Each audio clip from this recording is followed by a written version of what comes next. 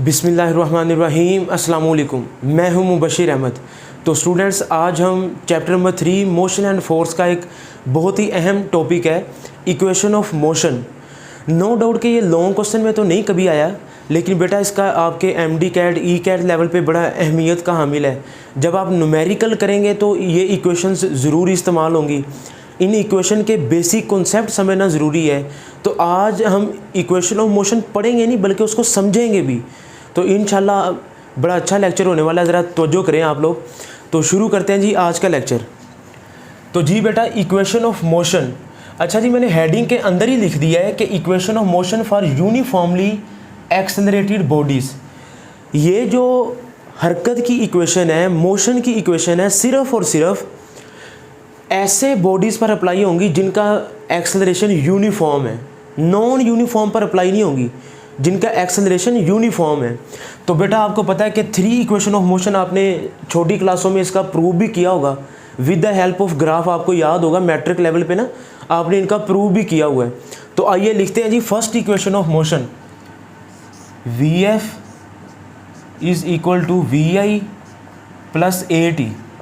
तो बेटा ये नोट करें, फाइनल वेलोसिटी I, VI का मतलब क्या है, इनिशियल वेलोसिटी, A का मतलब एक्सेलरेशन और T का मतलब टाइम है।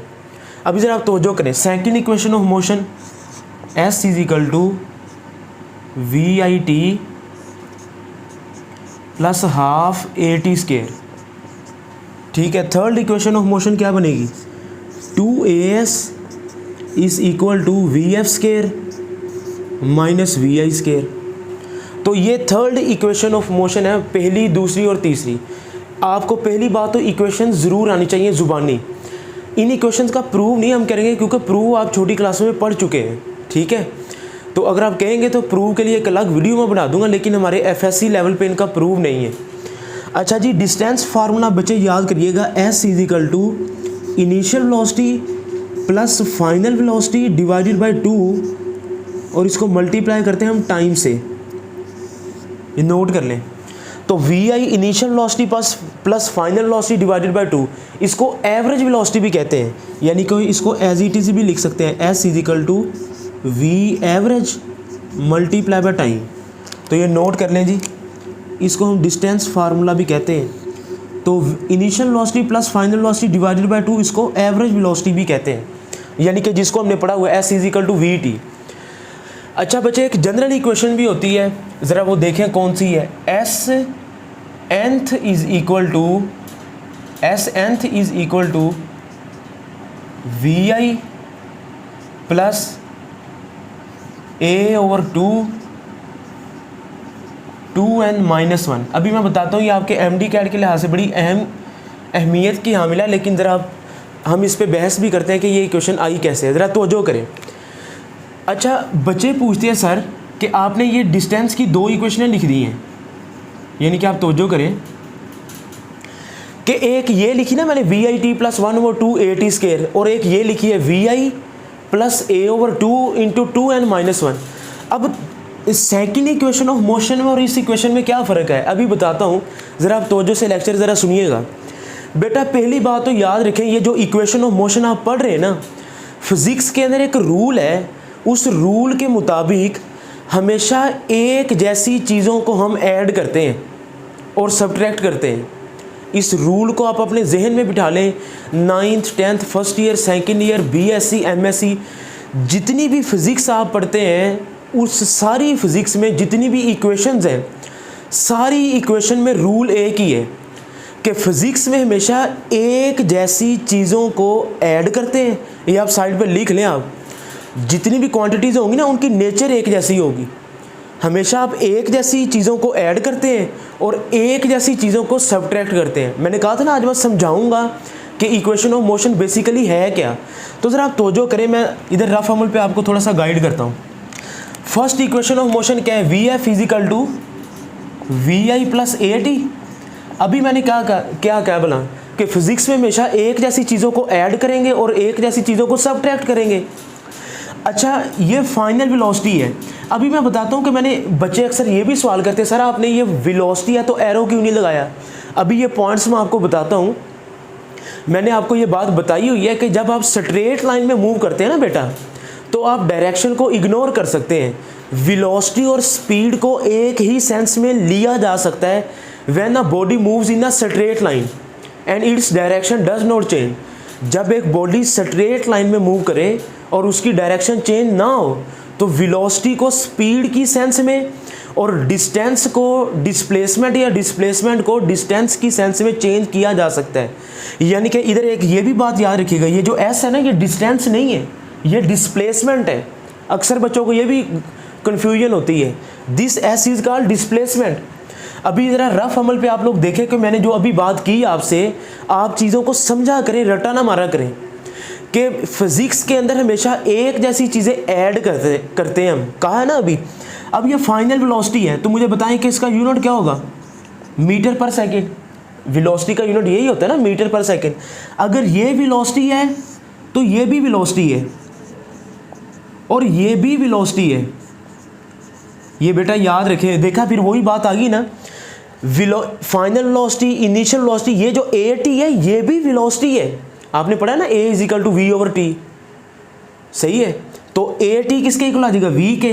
तो पता चला ये तीनों वेलोसिटीज को ऐड किया गया है। ये जो फर्स्ट इक्वेशन ऑफ मोशन है, इसमें वेलोसिटी को वेलोसिटी में ऐड करके आंसर भी एक वेलोसिटी ही आया है। आप बात समझ रहे हैं कि नहीं समझ रहे? तो हमेशा एक जैसी चीज़ों को ऐड करते हैं। अगर ये वेलोसिटी ना होती तो फिर हम इसको ऐड कर ही नहीं सकते थे। तो ये बात आपने ज़हन में रखनी है। अच्छा, इसी तरह आप सेकंड इक्वेशन ऑफ मोशन के बारे में बताता हूँ। देखें, इसीलिए कहते हैं चीज़ को समझना बड़ा ज़रूरी है। सेकंड इक्वेशन ऑफ मोशन क्या है जी? S is equal to V I T plus 1/2 A T square, ये है ना। तो अब मुझे बताएं बच्चे, ये एस मैंने क्या कहा? डिस्प्लेसमेंट। एस क्या है? डिस्प्लेसमेंट है, डिस्टेंस नहीं है, ये जहन में रखना है। और डिस्प्लेसमेंट का यूनिट क्या होता है? मीटर होता है ना। अगर ये डिस्प्लेसमेंट है तो फिर ये भी डिस्प्लेसमेंट है, इसका यूनिट भी क्या होगा? मीटर। और इसका यूनिट भी क्या होगा? मीटर। तो बेटा यही मैं आपको चीज़ समझाना चाह रहा था कि फिजिक्स में आप बेशक इसका प्रूव करके देख लें। एक्सलेरेशन का यूनिट क्या होता है? ms-2। टाइम का सेकंड है, उसका स्क्वायर लेंगे, कैंसिल हो जाएगा। तो इसका यूनिट भी मीटर, इसका भी मीटर, इसका भी मीटर। पता चला ये तीन किस्म के डिस्प्लेसमेंट को ऐड किया गया है। अगर आप इसकी डायरेक्शन को इग्नोर करते हैं कि बॉडी स्ट्रेट लाइन में मूव करता है, तो फिर आप इसको डिस्टेंस भी कह सकते हैं। इसका यूनिट भी मीटर, मीटर, मीटर। ये डिस्टेंस को डिस्टेंस में ऐड करके ही डिस्टेंस आता है, क्योंकि रूल तो पढ़ा हुआ हमने कि फिजिक्स में हमेशा एक जैसी चीज़ों को ऐड करते हैं। अगर ये डिस्टेंस ना होता तो इसको मैं ऐड कर ही नहीं सकता था। 1/2 तो कांस्टेंट है ना। अच्छा, फिर उसके बाद आ जाए थर्ड इक्वेशन ऑफ मोशन को भी देख लें ज़रा। ठीक है बच्चे, तो ज़रा थर्ड इक्वेशन ऑफ मोशन को देखें। 2as is equal to V F square minus V I square. अब बच्चे बताएं ज़रा, वेलोसिटी का यूनिट क्या होता है?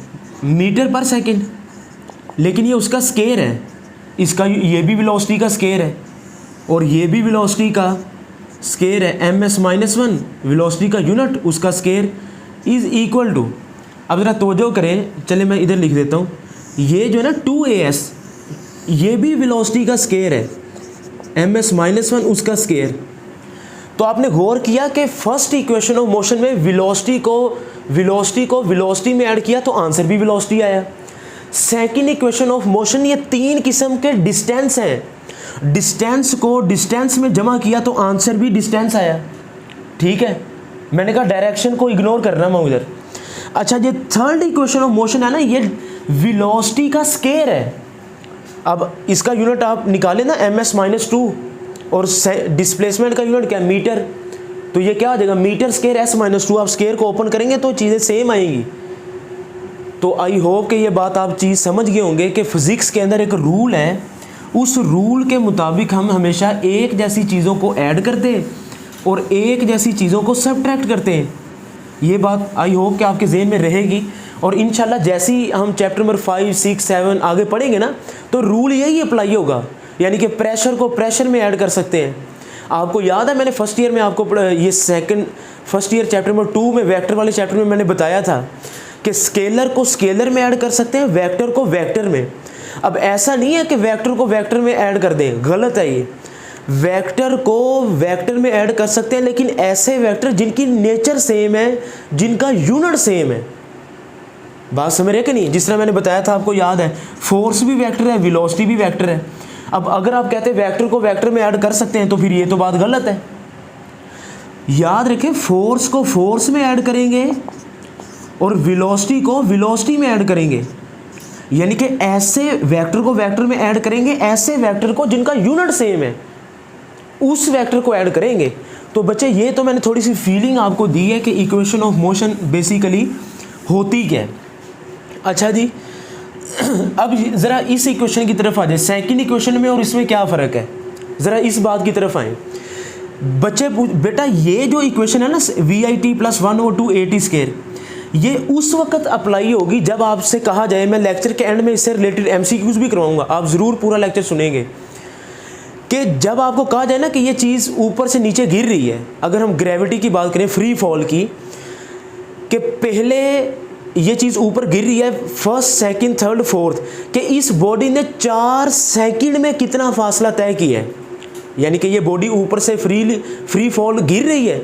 तो अगर आपसे पूछा जाए कि calculate the free fall distance in 4 second, कि इस बॉडी ने टोटल 4 सेकंड में कितना फासला तय किया है, तो आपने यही क्वेश्चन लगानी है।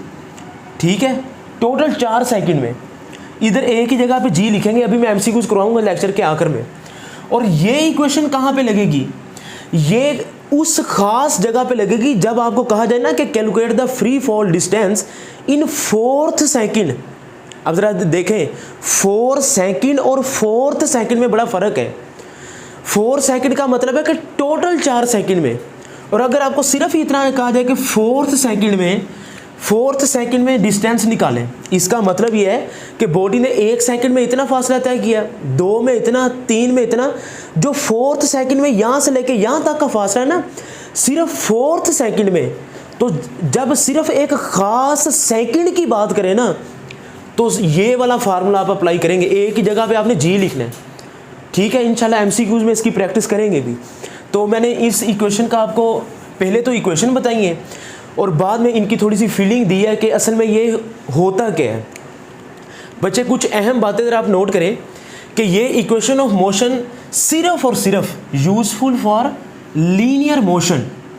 ये लीनियर मोशन में अप्लाई हो सकती है, सर्कुलर में अप्लाई नहीं होंगी। लीनियर कहते हैं स्ट्रेट लाइन, यानी कि जो बॉडी सीधी मूव करे। और ऐसी चीज़ों पर अप्लाई होंगी जिनका एक्सेलेरेशन भी क्या हो, यूनिफॉर्म हो। यानी कि मैंने ये बताया कि यूनिफॉर्मली एक्सेलेरेटेड। अभी एक्सेलेरेशन का भी मैं थोड़ा सा कॉन्सेप्ट बताता हूँ, अक्सर बच्चों को वो भी समझ नहीं होती। नो डाउट कि मैंने इस पर लेक्चर बनाया, ज़रा तवज्जो कीजिएगा।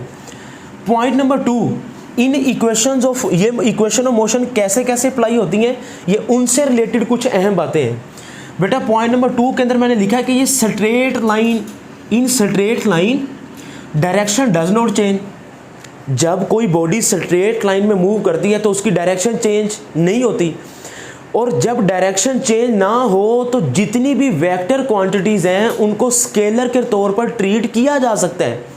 यही वजह है कि वेलोसिटी के ऊपर एरो तो आना चाहिए था, इधर भी एरो आता, इधर भी आता। एक्सेलरेशन भी वेक्टर है, हमने एरो क्यों नहीं लगाए? ये आपको इस बात का जवाब मिला क्योंकि बॉडी मूव कर रहा है स्ट्रेट लाइन में, उसकी डायरेक्शन चेंज नहीं हो रही। Direction does not change. All vectors can be treated like a scalar. जितने भी वेक्टर हैं उनको हम स्केलर के तौर पर ट्रीट कर सकते हैं, इसी वजह से इधर एरो नहीं लगे हुए। इस बात का भी जवाब मिल गया। दूसरी बात बेटा, जब बॉडी स्ट्रेट लाइन में मूव करे ना तो इनिशियल वेलोसिटी की जो डायरेक्शन होगी उसको आप पॉजिटिव लेंगे। When the body moves in the straight line the direction of initial velocity is taken as positive, ये रूल है। और ऐसी सारी क्वांटिटीज जिनकी डायरेक्शन इनिशियल वेलोसिटी के ऑपोजिट हो, यानी कि इनिशियल वेलोसिटीज के जो ऑपोजिट है, वो कोई भी क्वांटिटी हो, उसकी डायरेक्शन हम क्या लेंगे, नेगेटिव।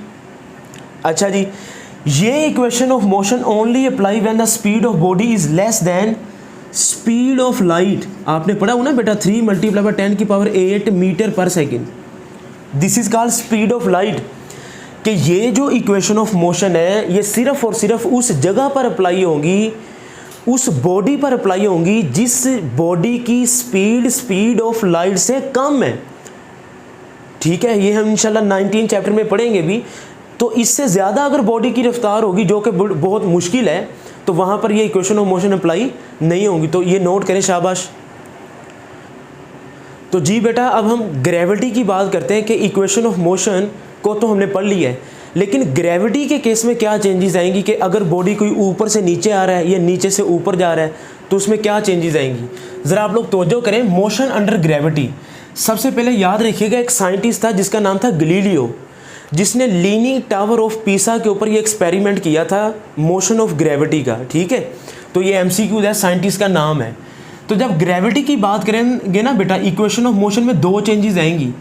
S की जगह पे आप H लिखेंगे और A की जगह पे G लिखेंगे। तो ये नोट कर लें, दो चेंजेस आएंगी। जितनी भी इक्वेशन ऑफ मोशन है ना, जहाँ जहाँ पर S लिखा वहाँ पर क्या लिख देना आपने H, और जहाँ जहाँ पर A लिखा वहाँ पर क्या लिख देना G। तो ये है मोशन अंडर ग्रेविटी।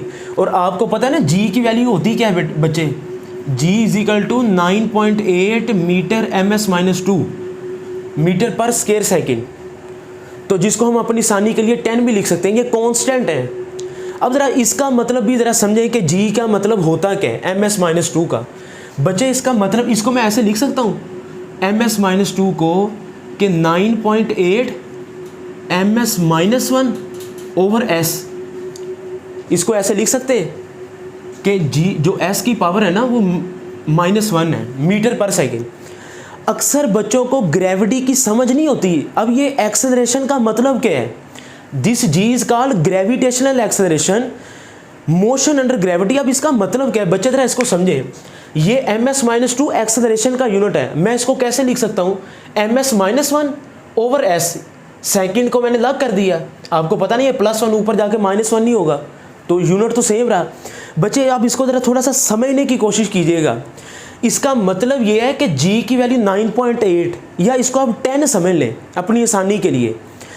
इसका मतलब ये है कि जब कोई बॉडी ऊपर से नीचे आता है ना, इस G का मतलब ये है कि इसको ज़रा समझें अब, कि जब कोई बॉडी ऊपर से नीचे आता है तो 1 सेकंड में उसकी जो ग्रेविटी में जो इजाफा होता है ना, जो एक्सेलरेशन में इजाफा होता है, उसकी जो स्पीड में इजाफा होता है वो 9.8 या 10 मीटर पर सेकंड का इजाफा होता है।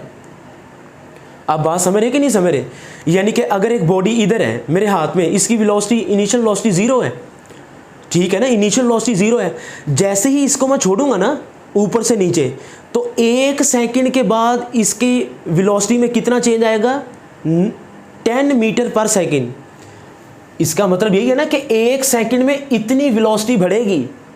इस एक्सेलरेशन G का मतलब ये है, इसको समझें, रटा ना मारे, कि जब इसको ऊपर से हम छोड़ेंगे, इनिशियल वेलोसिटी 0 जब मेरे हाथ में, जैसे ही मैं इसको छोड़ूंगा तो 1 सेकंड के बाद इसकी स्पीड कितनी बढ़ेगी, 10 मीटर पर सेकंड।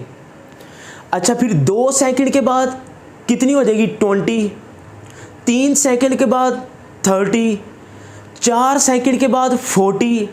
इसका मतलब यह है कि हर सेकंड में, एक सेकंड के बाद बॉडी की स्पीड इतनी इंक्रीज करती जा रही है।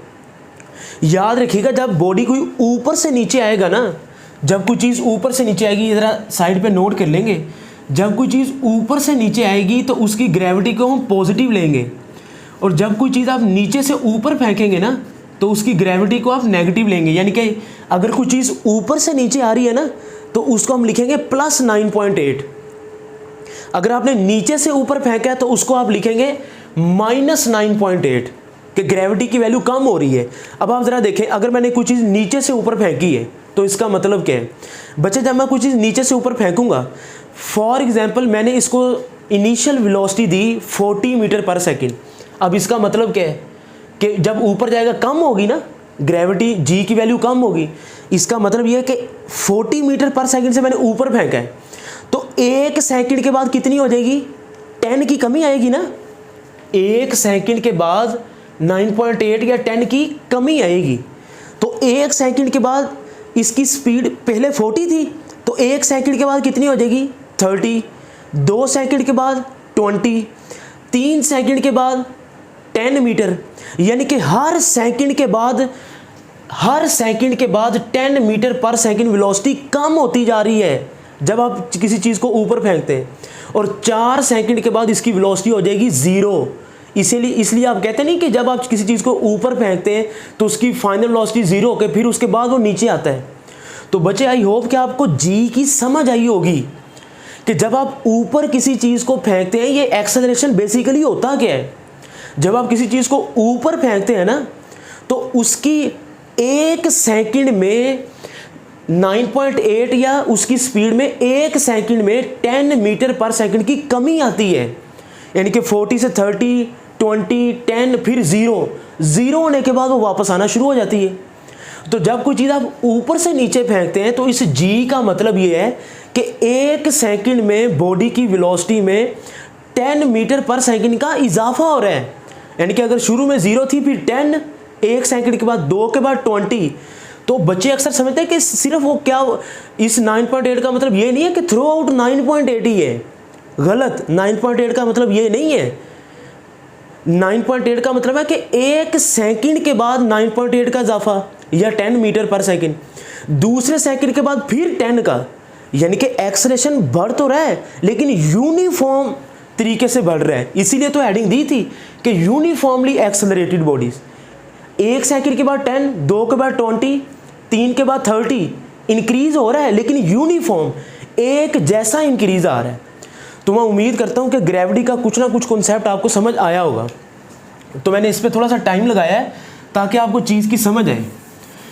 अच्छा बच्चे, इधर आगे पढ़िएगा। When the object is dropped from a certain height, जब आप किसी चीज़ को ऊपर से नीचे फेंकेंगे ना किसी हाइट से, तो बेटा याद रखिएगा उसकी इनिशियल वेलोसिटी 0 होगी हमेशा।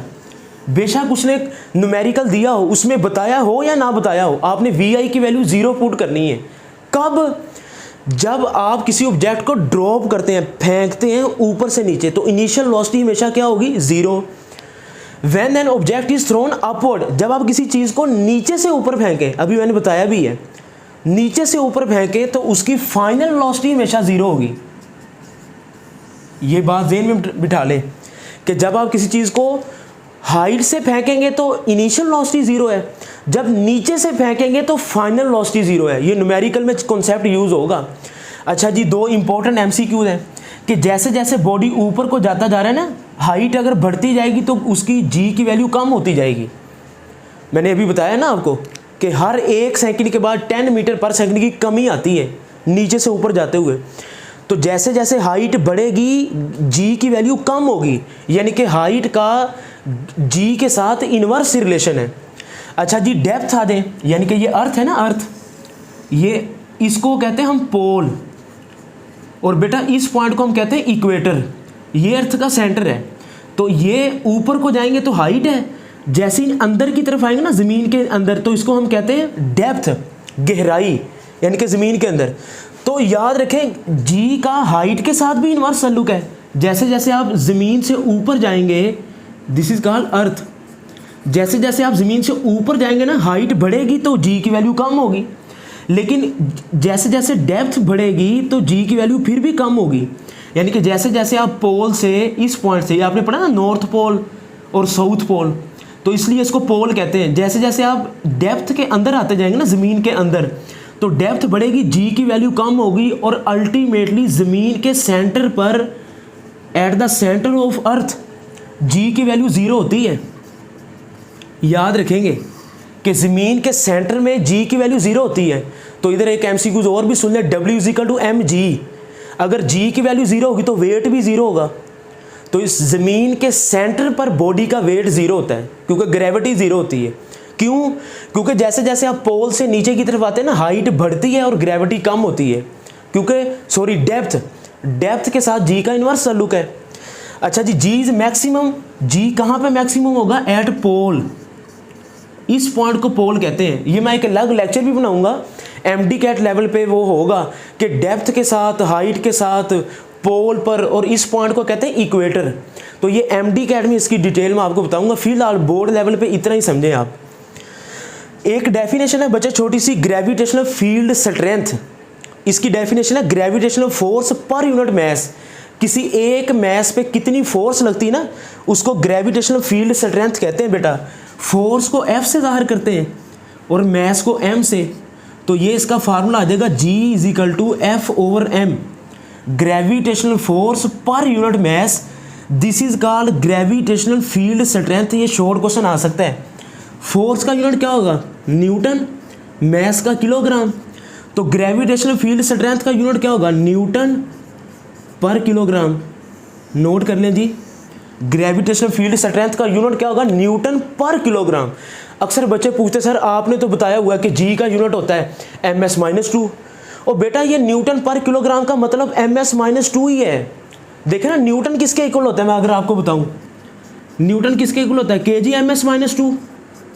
न्यूटन की जगह पे ये आ गया और पर किलोग्राम, तो ये kg से kg कैंसिल हो जाएगा ना, तो ms-2 यही नहीं बच गया।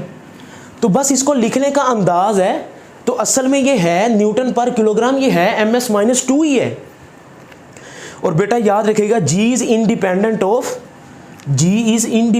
Of mass of the body.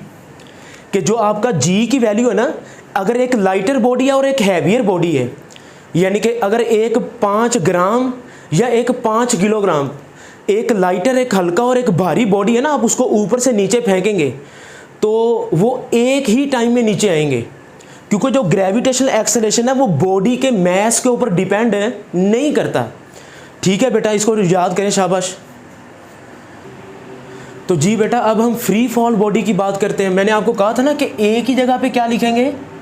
G, और S की जगह पर H, और A की जगह पर G। ठीक है, इधर भी A की जगह पे G आ जाएगा और S की जगह पे क्या आ जाएगा? H।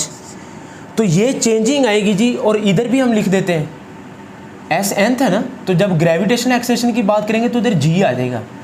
तो अब याद रखें, अगर बॉडी ऊपर से नीचे आ रहा है ना तो इधर +G पुट करेंगे, और अगर आप नीचे से ऊपर फेंक रहे हैं तो इधर -G आएगा। ये मैंने आपको बताया भी है। तो बहरहाल ये दो चेंजिंग्स करने के बाद ये इक्वेशन ऑफ मोशन किस में कन्वर्ट हो जाएंगी? Free fall equation of motion में, जब कोई बॉडी फ्री फॉल मूव करे। तो मैंने आपको कहा था ना कि इस इक्वेशन में और इसमें क्या फ़र्क है। ये इक्वेशन वहाँ पर अप्लाई होगी जहाँ पर बात की जाए कि टोटल बॉडी ने 4 सेकंड में कितना फासला तय किया है। तो ये MCQs देखें, calculate the distance covered by a free fall body in 4 second.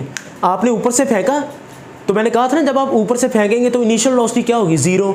Free fall का यही मतलब है ना। अच्छा, 4 सेकंड का मतलब है 1 2 3 4, टोटल 4 सेकंड में कितना फासला तय किया, तो ये इक्वेशन लगेगी। अगर ये पूछना सिर्फ 4 सेकंड में, यानी कि 1 2 3, सिर्फ इतने 4th सेकंड में कितना फासला तय किया है, तो फिर ये इक्वेशन लगेगी। ये सिर्फ किसी खास सेकंड के लिए है। तो टोटल 4 सेकंड में कितना फासला तय किया, इस इक्वेशन को लगाएं। तो S की जगह पे हम क्या लिखेंगे? H = VIT + 1/2। A की जगह पे G आ जाएगा। बच्चे जब आप किसी चीज़ को ऊपर से नीचे फेंकते हैं, याद है मैंने बताया था VI 0 है, तो ये टर्म तो हो जाएगी 0। ठीक है, तो G की वैल्यू 9.8 या 10 भी लिख सकते हैं। तो 10 / 2, 4 सेकंड है ना, तो 4 का स्क्वायर 16, 16 × 10, 160 / 2, तो कितना आ जाएगा? 80 मीटर। पता चला कि बॉडी ने टोटल 4 सेकंड में 80 मीटर का फासला तय किया। अच्छा, अब अगर MCQ आ जाए, calculate the distance covered by a free fall body in 4th second, 3rd, 4th, 5th, सिर्फ एक खास सेकंड में, तो ये इक्वेशन लगाएं। ये आपके MD कैट के लिहाज से बहुत इंपॉर्टेंट है। सिर्फ खास सेकंड में S nth, n का मतलब है second, 3rd, 4th, VI + 8 A/2 था ना, तो A की जगह पे क्या होगा? G/2 2n-1। तो बच्चे ज़रा देखें, इस इक्वेशन को मैं थोड़ा सा और सिंप्लीफाई करता हूँ अगर आपको याद नहीं हो रही। जब आपने ऊपर से किसी चीज़ को फेंकना है तो उसकी इनिशियल वेलोसिटी तो 0 होनी है, तो ये टर्म तो हमेशा 0 ही हो जाएगी। और G की वैल्यू क्या है? 9.8 या 10, 10 / 2, 2n-1, 10 / 2 5। अच्छा बच्चे ज़रा देखें, तो ये इसका जनरल फार्मूला बन जाएगा। इधर मैं अभी n नहीं लिखता हूँ, तो अगर आपको वो बड़ा फार्मूला याद नहीं ना हो रहा, VI + G/2 2n-1, तो आप उसको छोड़ के सिर्फ इसको भी याद कर सकते हैं। S nth = 5 × 2n-1, ये उसकी सिंपलेस्ट फॉर्म है। तो अब सिर्फ चौथे सेकंड में, सिर्फ फोर्थ सेकंड में कितना फासला, टोटल 4 में नहीं, सिर्फ फोर्थ में। तो क्या आएगा, s की जगह पे मैं क्या लिखूंगा, s, n की जगह पे फोर्थ सेकंड, 5 2 n मतलब 4 -1, 2 4 8, 8 -1 7, तो 7 मल्टीप्लाई बाय 5 35। तो आपने देखा कि टोटल 4 सेकंड में बॉडी 80 मीटर का फासला तय करती है और सिर्फ फोर्थ सेकंड में बॉडी 35 मीटर का। तो आई होप कि आपको इक्वेशन ऑफ मोशन का लेक्चर समझ आया होगा। अपना बहुत सा ख्याल रखें। मुबशर अहमद को दें इजाज़त। अल्लाह हाफिज़।